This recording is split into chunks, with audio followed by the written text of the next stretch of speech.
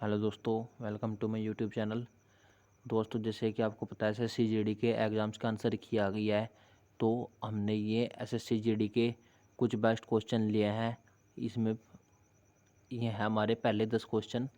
जिसमें से पहला क्वेश्चन है, 8 दिनों तक काम करने के बाद राखी को पता चलता है कि 10% काम पूरा हो चुका है। उसके बाद बाकी काम को पूनम राखी मिलकर कितने दिनों में पूरा करेंगे यदि पूनम राखी से 20% अधिक कुशल है। यानी कि 8 दिन तक तो काम किया पहले राखी ने, और शेष काम को दोनों ने मिलकर पूरा किया। जैसे कि दिया है कि पूनम राखी से 20% अधिक कुशल है, यानी कि उनकी एफिशिएंसी अक्षमता का अनुपात दिया हुआ है 5 अनुपात, अक्षमता का अनुपात दिया है उनकी 5:6। और कहा है कि राखी 8 दिनों में 10% काम कर सकती है। अगर राखी 8 दिनों में 10% काम 8 दिनों में, तो 100% कितने दिन में, यानी कि 80 दिन में। यानी राखी पूरा काम 80 दिन में कर सकती है और इसकी क्षमता 5 है। तो हम यहाँ से टोटल कार्य हमारा, टोटल वर्क निकल जाएगा हमारा। टोटल वर्क होगा हमारा 80 × 5, यानी कि अगर हम टोटल वर्क निकाल ले तो हमारा टोटल वर्क आ जाएगा 400। क्योंकि राखी 8 दिनों में 10% काम कर सकती है, तो पूरा काम वो 80 दिनों में करेगी, और 5 की सफिशेंसी के साथ 80 दिन में टोटल कार्य करेगी 400। अब इस 400 का 10% काम हो चुका है। काम कितना बचा है? 400 का 10% यानी कि 40। यानी टोटल काम अब कितना बचा है? 400 - 40, यानी काम बचा है हमारा 360। काम कितना बचा है? 360। अब 360 को इन दोनों करना है किस क्षमता से? 5 और 6, 11 क्षमता के साथ, यानी किस 360/11, यानी टोटल काम को भी कितने दिन में कर लेगी बचे शेष काम को? 360/11 दिन में। दिया था कि इसमें एफिशिएंसी राखी, पूनम की एफिशिएंसी राखी से 20% अधिक है, यानी कि 1/5।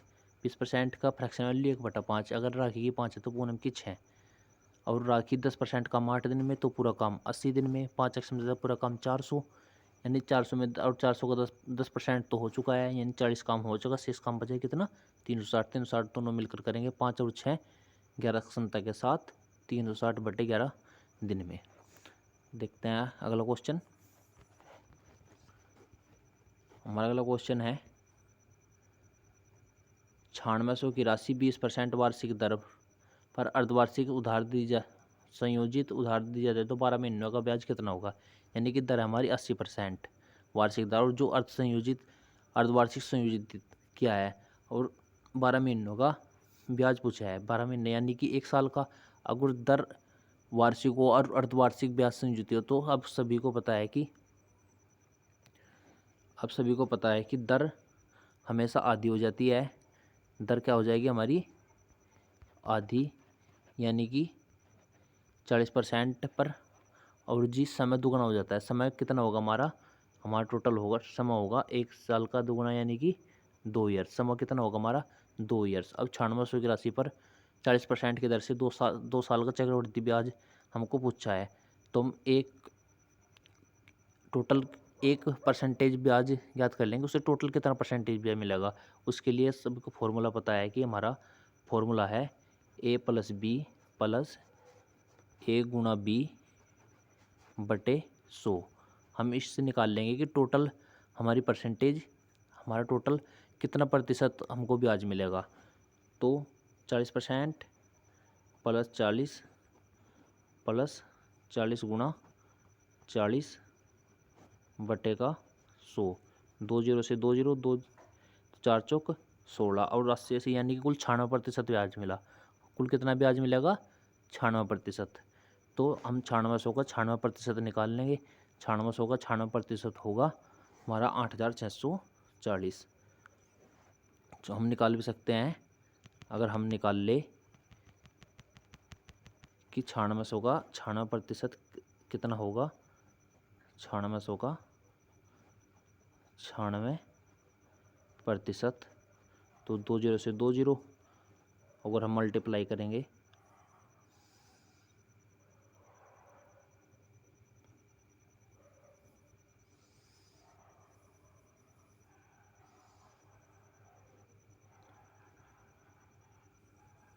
तो हमारा आ जाएगा टोटल 8040। 640। दोस्तों देखते हैं अगला क्वेश्चन। हमारा कुछ क्वेश्चन दिया हुआ है कि चार संख्याओं का औसत 52 है, पहली दो संख्याओं का औसत अंतिम दो संख्याओं के औसत का 3 गुना है, पहली दो संख्याओं का योग हमसे पूछा है। दोस्तों ये सभी क्वेश्चन वे क्वेश्चन है जिसकी कि एक अलग सी लैंग्वेज दी गई है। आपने ये क्वेश्चन एक ही ऐसी लैंग्वेज पहली बार देखी होगी। कुछ अच्छे क्वेश्चन लिए हुए हैं गए हैं। देखिए चार संख्याओं का औसत 52, अगर चार संख्याओं का औसत 52 है तो उनका योग कितना होगा 208। उनका योग कितना होगा 208। योग कितना हो जाएगा 4 गुना 52, यानी कि योग कितना हो जाएगा हमारा 208। हमारा योग कितना हो जाएगा 208। पहली दो संख्याओं का औसत अंतिम दो संख्याओं के औसत का 3 गुना, यानी कि अगर पहली दो संख्याओं का औसत अगर हम 3 गुना, तो कितना अंतिम दो संख्याओं का औसत कितना हो जाएगा, अंतिम पहली 3 का 3 और दूसरी 3 का अंतिम 2 का कितना हो जाएगा 1, तो यानी कितना हो जाएगा हमारा टोटल 4। टोटल योग कितना हो जाएगा 4, और इन 4 का मान दिया है कितना 208, और 208 से डिवाइड करेंगे वही कितना 52। तो अब पहली 3 का कितना है योग 3, तो 52 दिया 156। तो हमारा कितना औसत पहली दो संख्याओं का योग कितना आ जाएगा 156।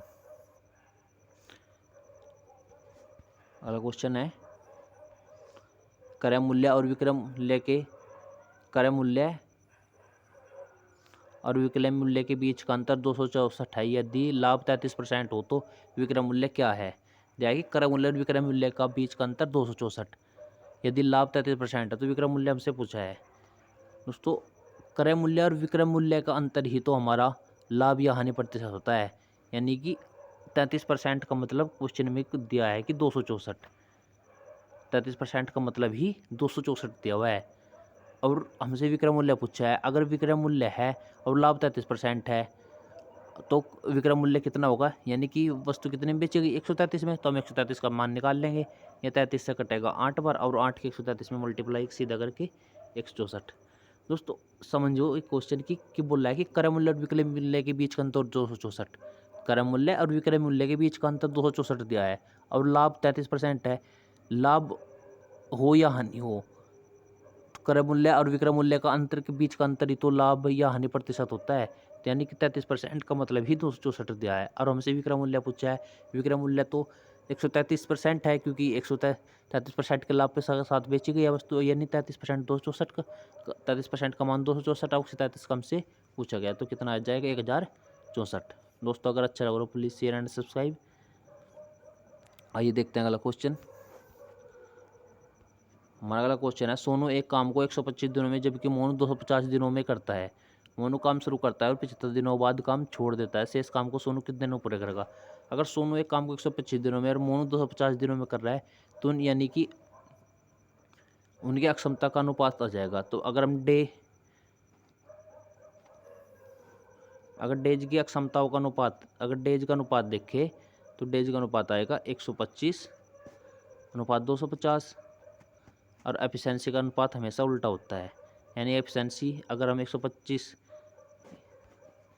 काट देंगे तो एफिशिएंसी का अनुपात आ जाएगा 2:1, यानी कि सोनू की क्षमता 2 है तो और मोनू की कितनी है 1। मोनू की कितनी है अक्षमता 1 है। मोनू काम को 75 दिनों में कर लगता है। अगर मोनू काम को 75 यानी टोटल टोटल वर्क 250 मान ले, टोटल वर्क 250 मान लें, क्योंकि अगर मोनू की एफिशिएंसी 1 और 250 दिनों में कर रहा है, नहीं टोटल वर्क 250 हुआ। चाहिए यहाँ से निकाल लो कि सोनू की क्षमता 2 है और 125 दिनों में कर रहा है तो 250। अगर टोटल वर्क 250 है और 75 दिनों बाद 75 दिनों तक मोनू ने काम किया, यानी मोनू 75 दिन में एक क्षमता 75 काम करेगा, तो कितने कम बचा 75, यानी कि अगर 250 में से 75 घटाएंगे तो यानी कितने काम बचेगा 175। 175 काम को अब कौन करेगा सोनू किस क्षमता से 2 क्षमता से, तो डिवाइड करेंगे 87.5 किस क्षमता से 87.5। दोस्तों मैंने इन क्वेश्चन का बेस्ट सॉल्यूशन देने की कोशिश की है आपको। अगर समझ में नहीं तो एक बार से आप दोबारा देख सकते हैं। तो हमने अक्षम समय का अक्षम समय हमने पहले समय का अनुपात निकाला, उसके बाद एफिशिएंसी का। अगर मोनू ने 75 दिन का काम कर लिया है तो मोनू का 175 दिन का काम बचा है। 175 दिन के काम को 2 अक्षम तक साथ कितने समय में करेगा सोनू? 87.5 दिन में। आइए देखते हैं अगला क्वेश्चन। हमारा अगला क्वेश्चन है, एक आदमी 1 रुपये में 75 पेन खरीदता है। अब 40% लाभ कमाने के लिए उसे 1 रुपये में कितनी पेन देनी चाहिए? दोस्तों मैं इसका आपको एक बेस्ट सोल्यूशन दूंगा। हम हमेशा यहाँ मूल्य रखेंगे, यानी 1 रुपये में उसने कितनी वस्तु खरीदी? 35। अगर वो 1 रुपये में 35 वस्तु खरीद रहा है तो यानी कि उसका क्रय मूल्य कितना हुआ? उसमें 100%, 100% वो खर्च कर रहा है। और हम इसे लिखेंगे कि वो 1 रुपये में कितनी पेन दे। मैं हमेशा नीचे मूल्य रखेंगे और ऊपर वस्तु, यानी कि हम अगर एक एक्स पेन दे, कितना लाभ कमाए? 140। तो हम ऐसे लिख सकते हैं। तो 35 से डिवाइड करा 4 बार और 4 से 100 डिवाइड करा कितना? 25। तो यानी वो कितनी पेन दे सकता है? 25 पेन। दोस्तों एक बार फिर सोल्यूशन, यानी कि अगर हम नीचे मूल्य रखेंगे दोनों तरफ और 35 पेन खरीदता है कितने में, जितने में खरीदे, लेकिन उसमें 100% दिया और यहाँ पे वो उसे एक्स पर, यानी कि अगर वो एक्स पर पेन दे कितने में? 40% लाभ पर, यानी कितना क्रय मूल्य 140। तो कैलकुलेशन करने का हमारा उत्तर आ जाएगा 25। यानी अगर वो 1 रुपये में 25 वस्तु दे तो उसे कुल 40% लाभ होगा। दोस्तों प्लीज़ शेयर एंड सब्सक्राइब। आइए देखते हैं अगला क्वेश्चन। S1 और S2 का औसत S2 और S3 के औसत से 35 अधिक है। S3 का मान 75 है तो S1 का मान क्या होगा? हमसे पूछा गया है। औसत का फॉर्मूला है पदों का योग बटे पदों की संख्या। तो S1 प्लस S2, ये औसत हो गया S1 S2 का। ये अधिक है किससे? S2 plus S3। ये कितना अधिक है? 35। कितना अधिक है? 35। तो नीचे एलसीएम 2 ही आएगा। अगर एलसीएम 2 आएगा तो ऊपर S1 plus S2 minus S2 और माइनस S3। तो S2 से S2 और तो हमारा आ जाएगा S1, sorry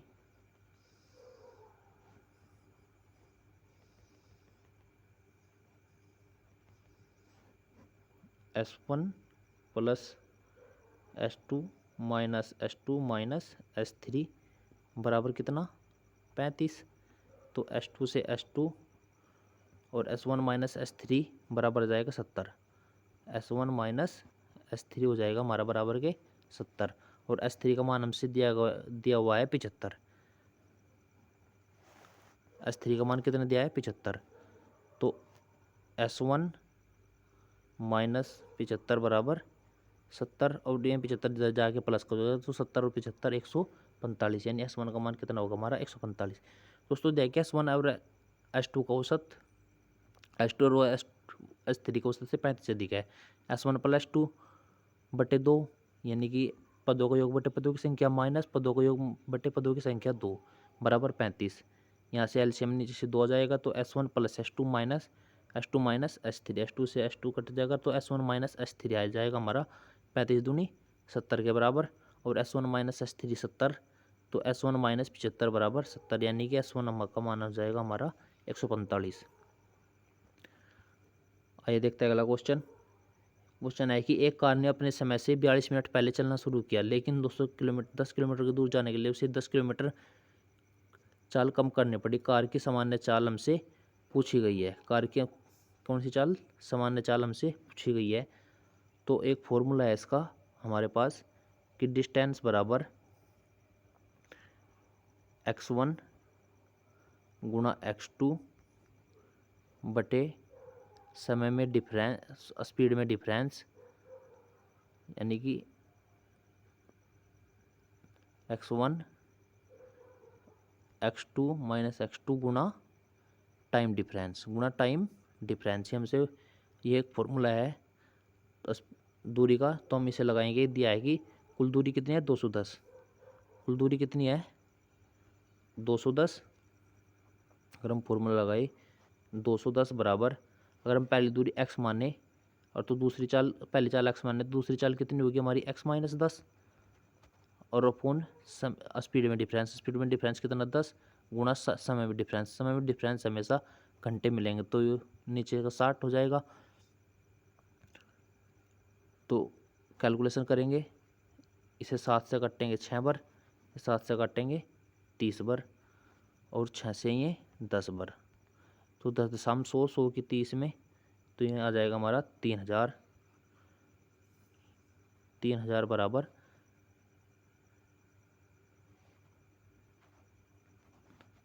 x² minus 10x, ये आ जाएगा हमारा x² माइनस 10x माइनस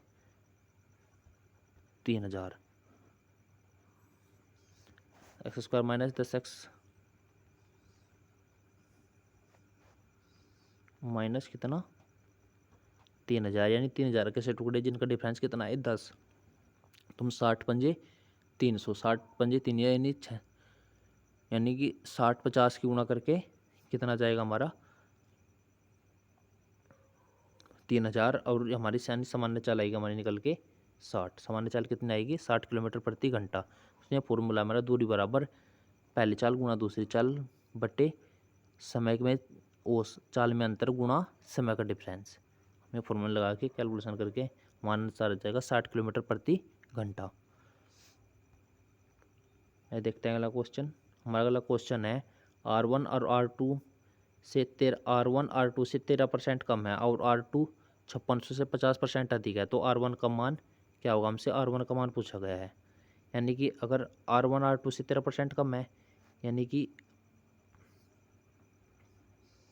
अगर R2 100 है तो R1 कितना है 97, सॉरी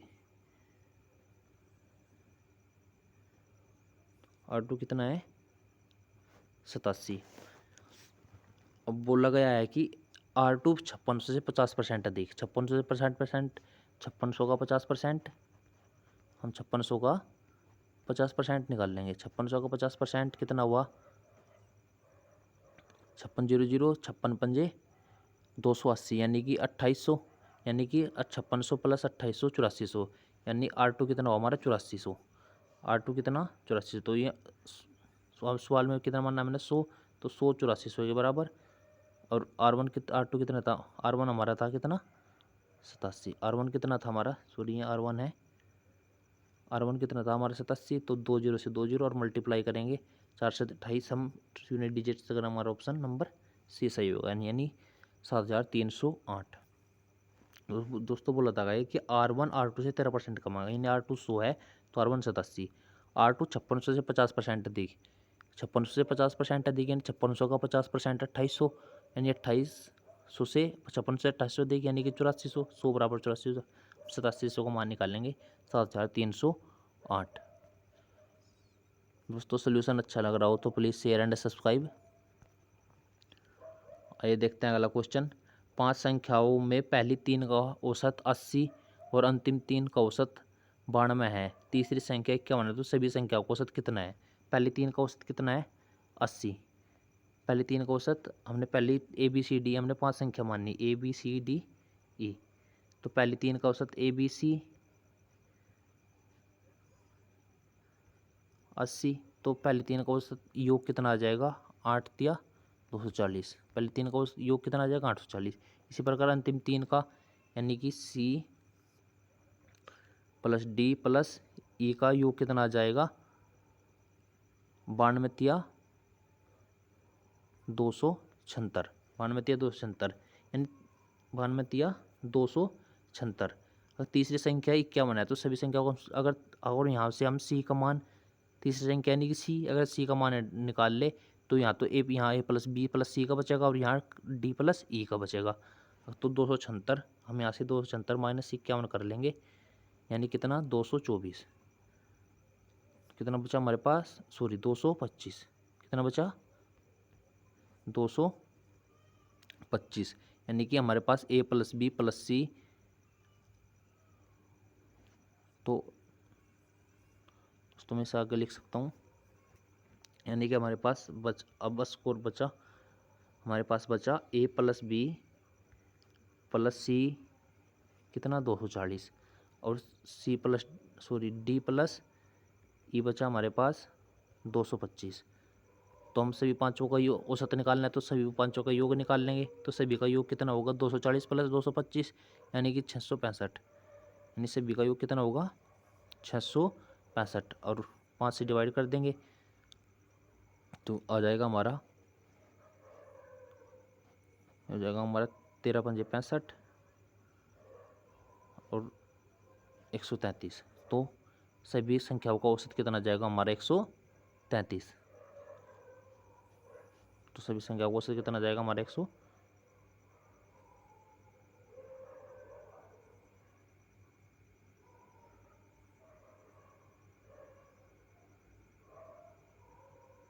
सॉरी दोस्तों कुछ कैलकुलेशन हमसे गलती हुई है, देखते दोबारा। 5 से पहले 3 का औसत, पहले 3 का योग कितना आ जाएगा, यानी कि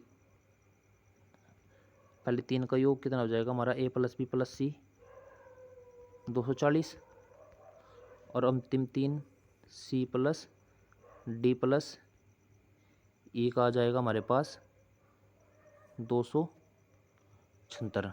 कितना जाएगा हमारे पास 276। अगर हम तीसरी संख्या 51 है, तीसरी संख्या 51 है, तीसरी संख्या हमारी 2 बार काउंट हो गई है। तीसरी संख्या हमारी कितनी बार काउंट हुई 2 बार।